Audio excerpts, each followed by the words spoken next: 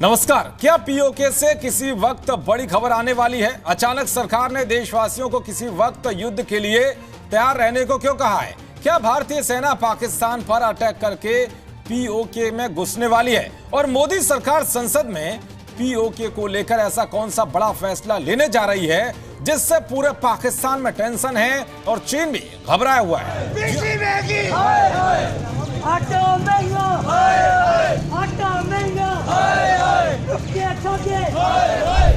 जी हाँ, पाकिस्तान अधिकृत कश्मीर यानी कि जम्मू कश्मीर का वो हिस्सा जिस पर दशकों से पाकिस्तान का अवैध रूप से कब्जा है, उसे फिर से भारत में मिलाने के लिए लगातार सिग्नल मिल रहे हैं। वैसे तो ये सिग्नल मोदी सरकार के सत्ता में आने के बाद से ही मिल रहे हैं, लेकिन पिछले कुछ महीनों में पीओके को भारत में मिलाने के संकेतों में तेजी आई है।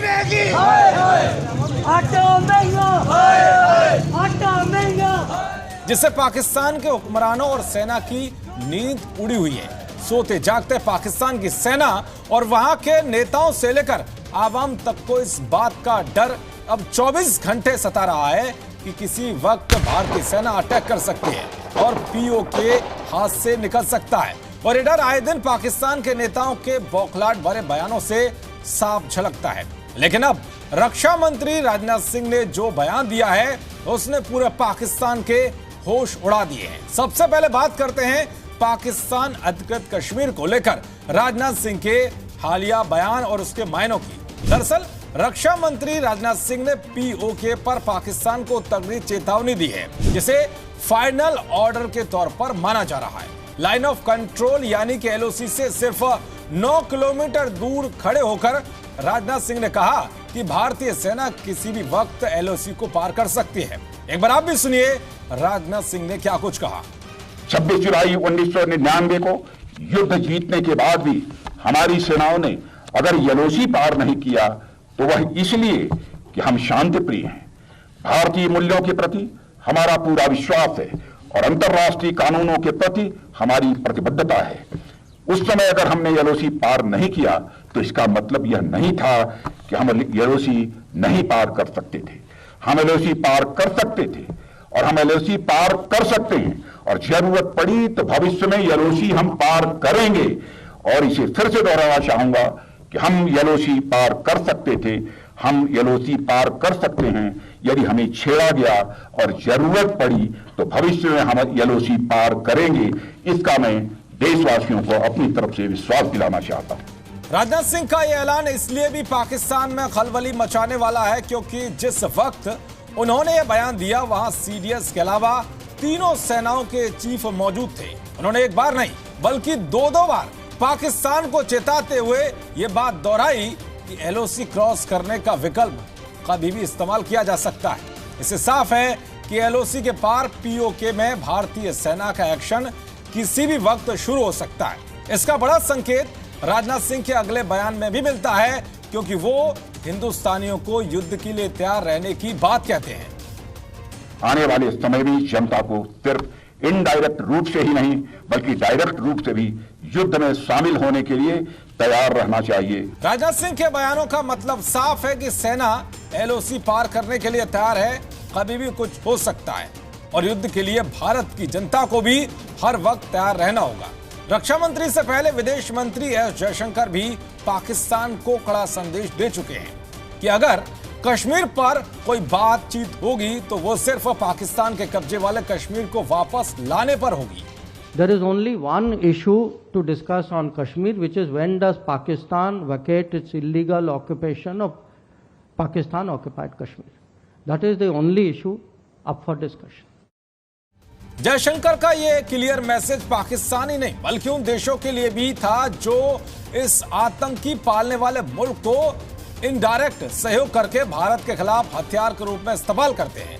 दरअसल पीओके को हिंदुस्तान में मिलाने की आवाज सिर्फ भारत में नहीं बल्कि पाकिस्तान अधिकृत कश्मीर के लोग भी लगातार करते हुए आए हैं।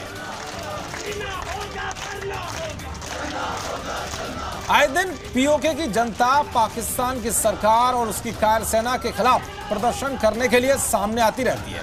आटे की किल्लत, स्वास्थ्य सुविधाओं की असुविधा, महंगाई, बेरोजगारी, सरकार की भेदभावपूर्ण नीतियां और पाकिस्तानी सेना के जुल्म सितम से परेशान होने वाली पीओके की जनता अब भारत के साथ आना चाहती है।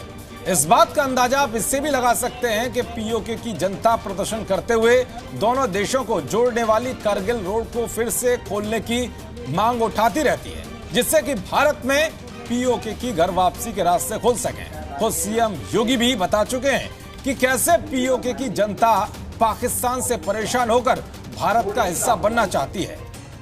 आज अब कश्मीर के अंदर उपद्रव नहीं, अब पाक अधिकृत कश्मीर के अंदर मांग होती है कि हमें भी भारत का हिस्सा बनाइए, हम भी भारत के साथ शामिल होना चाहिए चाहते हैं। दलित पाकिस्तान के साथ कोई खड़ा नहीं होना चाहता। ये नहीं बल्कि मोदी सरकार पीओके को भारत में मिलाने के लिए किस तरह से मन बना चुकी है, इसकी बानगी संसद में गृह मंत्री अमित शाह के रौद्र रूप से देखने को मिली थी। शाह ने विपक्ष पर भड़कते हुए कहा था कि हम पीओके के लिए जान भी दे देंगे। इसलिए एग्रेसिव हूं कि जम्मू एंड कश्मीर के पीओके को आप भारत का हिस्सा नहीं मानते हो क्या? एग्रेसिव ना हो, जान दे देंगे इसके लिए। क्या बात कर रहे हो आप? तो चलिए बात करते हैं मोदी सरकार के उस बड़े फैसले की जो पाकिस्तान अधिकृत कश्मीर को भारत में मिलाने की मोहर लगाता है। दरअसल 2024 से पहले पीओके में पाकिस्तान के अवैध कब्जे का गेम हो, उससे पहले ही पीओके से आए कश्मीरियों के लिए जम्मू कश्मीर में विधानसभा की सीट पक्की होने जा रही है। कहा जा रहा है कि मोदी सरकार मौजूदा संसद सत्र में जम्मू कश्मीर पुनर्गठन संशोधन बिल 2023 लाने जा रही है। बिल में प्रावधान किया गया है कि विधानसभा की एक सीट विस्थापित नागरिक और 2 सीट कश्मीरी पंडितों के लिए आरक्षित होंगी। विस्थापित नागरिक पीओके से आए जम्मू कश्मीर नागरिकों को माना जाएगा, यानी कि 1947 के समय जो जम्मू कश्मीर के नागरिक थे लेकिन पाकिस्तान के कश्मीर पर अवैध कब्जे के बाद वहां से लौटकर यहां आ बसे।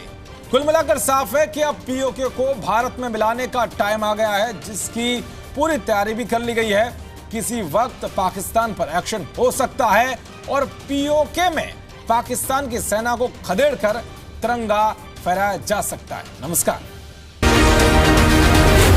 जी न्यूज़।